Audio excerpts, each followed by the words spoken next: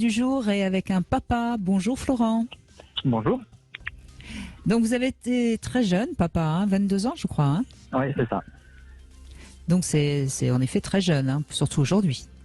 Oui. Et alors comment vous avez réagi? Écoutez, c'est ce que j'expliquais. En fait, j'ai pas vraiment eu le temps de. J'ai été pris un petit peu au dépourvu quand j'ai été appelé par votre émission pour en témoigner parce que la vie était très bien remplie. Aujourd'hui, j'ai 5 enfants, donc il y a beaucoup d'opérationnels à gérer. Ça va de 16 ans à 2 ans.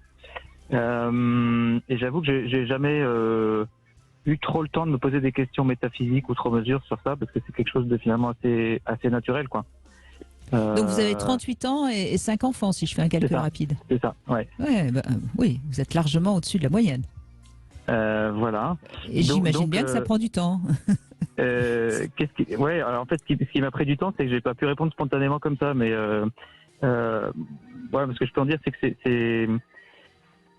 c'est la paternité, c'est pas quelque chose qui se théorise ou qui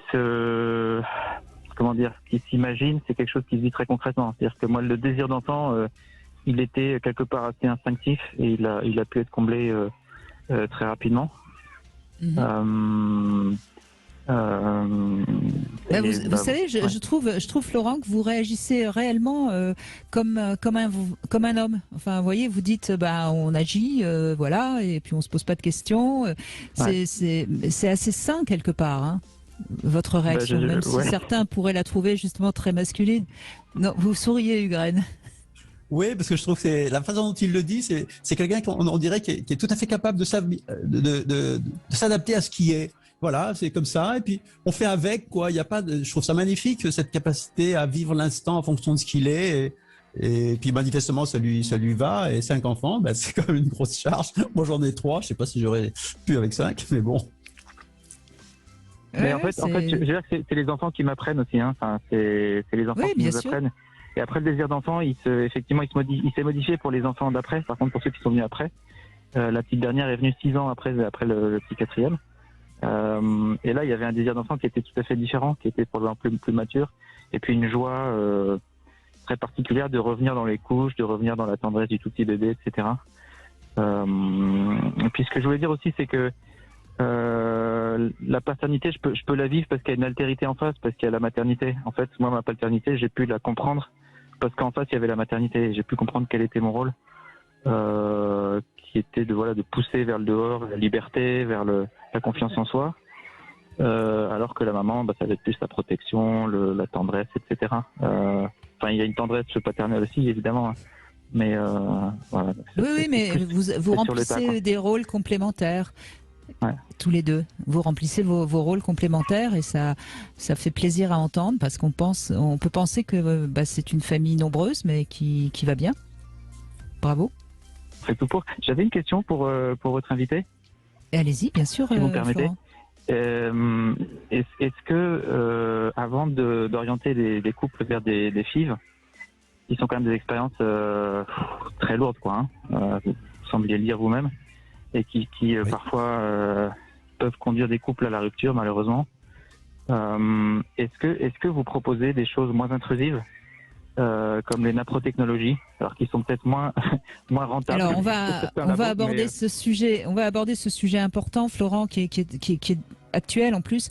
Après les infos, parce qu'il est l'heure de rendre les infos, je donne la devinette aussi parce que celle-là je peux pas la louper aujourd'hui. Ugren, comment on appelle un papa rigolo? Et puis vous répondrez à Florent aussi après les infos. Nous sommes avec Ugren, spécialiste des traitements de l'infertilité, obstétricien et auteur de nombreux livres, notamment Nouveaux parents, nouveaux enfants, c'est aux éditions FA. Vous pouvez le retrouver également sur son blog. Vous tapez son nom Ugren et vous pouvez sur sudradio.fr également retrouver toutes ces infos. Je savais qu'on aurait des témoignages d'hommes formidables avec un sujet qui pourtant n'est jamais tellement abordé, ce désir d'enfant chez l'homme. On va reprendre la conversation avec Florent dans un instant. Mais d'abord, je voudrais la réponse à ma devinette. Comment on appelle un papa qui est rigolo, Ugren? Je sèche, Brigitte. J'ai tout fait, tous les efforts que je pouvais. J'ai rien sorti. C'est facile. C'est facile. Rigolo. Je compte sur vous. Un père spirituel. Oh. Un père spirituel. ça vous plaît, je suis sûr. comme réponse, en tout cas. Alors, Florent, vous posez une question. C'est vrai que la FIV est quand même un parcours du combattant. Elle est de plus en plus fréquente parce que beaucoup de femmes attendent avant d'avoir un enfant parce qu'elles ont leur vie professionnelle, elles ont envie de vivre. Florent, vous êtes toujours avec nous. Vous pouvez bien sûr réagir. Hugues, je vous laisse converser tous les deux. Oui, alors j'ai compris une partie de la question, c'est qu'est-ce qu'on propose avant la FIV. Alors moi, j'étais un des premiers en France, hein, c'est pas une prétention, mais c'est une vérité, à dire qu'avant de se lancer dans une FIV, il y avait bien évidemment tout le bilan que tout le monde connaît à faire pour savoir où étaient les problèmes et comment on pouvait les résoudre, mais surtout une exploration du désir d'enfant, c'est-à-dire pour essayer d'élaborer ce désir d'enfant, d'essayer d'y voir clair. D'abord, pour chacun des partenaires, c'est important d'essayer de voir pourquoi ce désir est plus ou moins puissant, voire quelquefois extrêmement puissant. Et puis ça permet aussi de les accorder tous les deux, parce que très souvent il y a une telle différence que finalement ils ne se comprennent pas. Donc j'avais proposé ça il y a déjà maintenant, je sais pas, 40 ans presque, au tout début de la FIV, d'un contexte, d'une rencontre où on peut discuter. Il y avait à l'époque une conseillère conjugale, il y avait une psychanalyste, il y avait moi, et on essayait comme ça d'aider les couples à essayer d'y voir clair dans leur désir d'enfant. Donc, élaborer le désir d'enfant me paraît quelque chose d'extrêmement important. L'autre chose, c'est que... Ma question était plus sur le plan physiologique, en fait.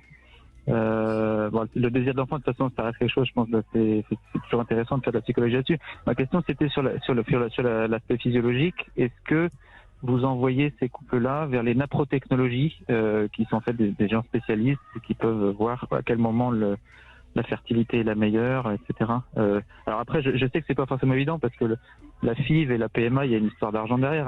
Voilà, ça fait vivre beaucoup de gens. Hein, j'en suis bien conscient et probablement les naprotechnologies sont moins rentables de ce point de vue-là. Mais est-ce que vous avez une démarche quand même qui, je dirais, est moins intrusive d'un point de vue physiologique et psychologique pour les couples que la FIV, ou est-ce que vous les envoyez directement après ce bilan psychologique dont vous parliez, voilà.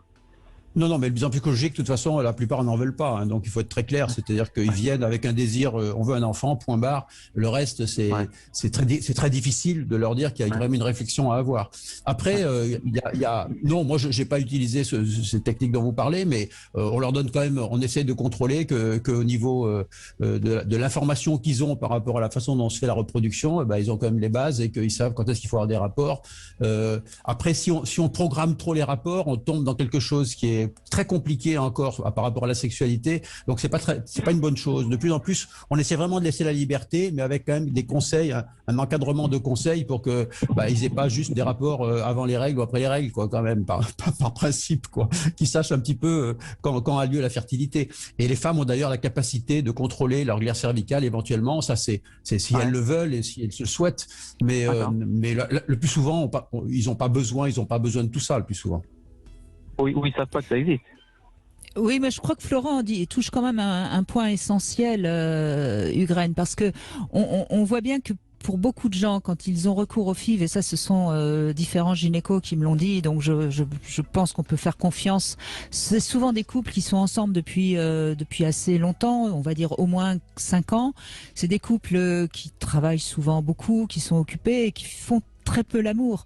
Et on sait très bien que si un couple fait l'amour 2 fois par semaine, et normalement, dans les 2 ans, la femme est enceinte. Donc, si les couples ne font l'amour qu'une fois toutes les 3 semaines et qui sont, c'est assez logique que même au bout de 2 ans, la femme ne soit pas enceinte. Et donc, je trouve que ce que souligne Florent, alors Florent, vous êtes jeune, vous avez eu vos enfants avec sans doute une femme jeune aussi, et vous avez fait beaucoup l'amour, et les enfants sont venus naturellement. Finalement, c'est ça le fond de votre question, il me semble, Florent. C'est vrai, mais on a aussi des amis qui ont fondé une famille plus tard. Et effectivement, ça pouvait arriver que c'était des femmes qui étaient sous pilule. Et effectivement, il a fallu un peu de temps avant que le système se remette en place, quoi. Mais c'est vrai que typiquement, il peut y avoir des femmes qui vont prendre la pilule jusqu'à 35 ans, qui se réveillent à 35 ans en disant « Oh, ça serait bien d'avoir des enfants ». Bon, voilà, fortement, si elles ont été 20 ans sous pilule, c'est un peu compliqué. Et donc, il y a besoin d'un peu de temps pour que ça se remette. Alors il semble que non. Hein. Enfin, je laisse Ugraine. Non, non, il y a la mode plusieurs anti-pilule, problèmes. attention, Ouais. attention. Non, c'est pas. Oui, allez-y, Brigitte, excusez-moi. Allez-y, Hugues, vous connaissez mieux le sujet que moi. Non, je crois qu'en effet, il y a vraiment la pilule, c'est quelque chose qu'on connaît très bien maintenant. Et pendant longtemps, il y a eu l'idée que, au bout de tant de prise de pilule, bien il fallait un certain nombre de cycles pour que ça redémarre. Ça, on sait que c'est faux maintenant. C'est-à-dire qu'en fait, si une femme elle a pris la pilule pendant très longtemps, alors qu'elle avait au départ des cycles réguliers sans pilule, hein, et puis qu'elle a eu tout un tas de périodes avec des pilules, donc des cycles réguliers, au moment où elle arrête, si elle a des cycles irréguliers, c'est qu'il y avait déjà une programmation et que même sans pilule, elle aurait eu des cycles irréguliers. Et en plus, si vous voulez, à partir du moment où elles arrêtent la pilule vers 35, 39, 35, 39 ans, eh bien, la fertilité baisse de façon importante. Donc, c'est plus tellement une question de l'effet de la pilule, c'est une question de la baisse de la fertilité. Et ça, c'était tout à fait l'objet du documentaire qu'on avait fait en 2005 avec Caroline Tresca. Après, bien évidemment que dans la discussion, je reviens à la question de départ, c'est tout à fait évident que quand on a un couple qui arrive pour une infertilité, on va essayer avec délicatesse, bien sûr, de savoir quelle est la fréquence des rapports, quand est-ce qu'on lui les rapports, tout ça, c'est le b.a.-ba, hein, et que si on voit qu'il y a un problème à cet endroit-là, on va pas plus loin que ça, on ne se précipite pas sur la FIV. En même temps, la question actuelle aussi qu'on peut poser à notre société, en tout cas dans ce monde occidental, puisqu'il y a beaucoup de parties du monde encore où les femmes ont énormément d'enfants et où la contraception est finalement peu développée. Est-ce que cette possibilité d'avoir des enfants à l'âge qu'on a envie et puis avec donc les progrès médicaux, au fond, est-ce que c'est une liberté nouvelle? Est-ce qu'il faut au contraire rappeler aux femmes que, après tout, la FIV, ça devrait être l'exception? Enfin, vous voyez, c'est encore une fois aussi une question philosophique au fond.